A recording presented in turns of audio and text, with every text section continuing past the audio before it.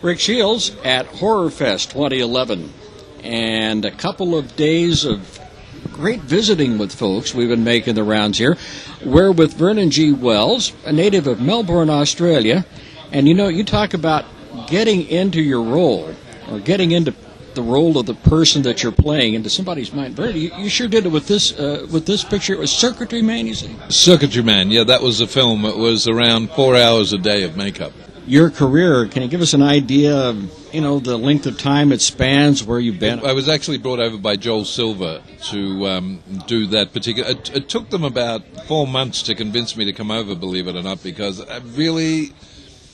I'd done Road Warrior, and I had never... Everybody treated me like the character. I was this bikey idiot that nobody really had a lot of time for, and any role that I was offered was like the guy who killed the grandmother and kicked the dog, and it didn't interest me, so I actually got into producing and directing. I like to just walk on the set, play with everybody, have fun, and then when the director says, okay, we're going to shoot it, don't stand in front of me. Arnold Schwarzenegger was a little confused when I first walked on the set and said, he said to Joel Silver, he said, I don't think this will work.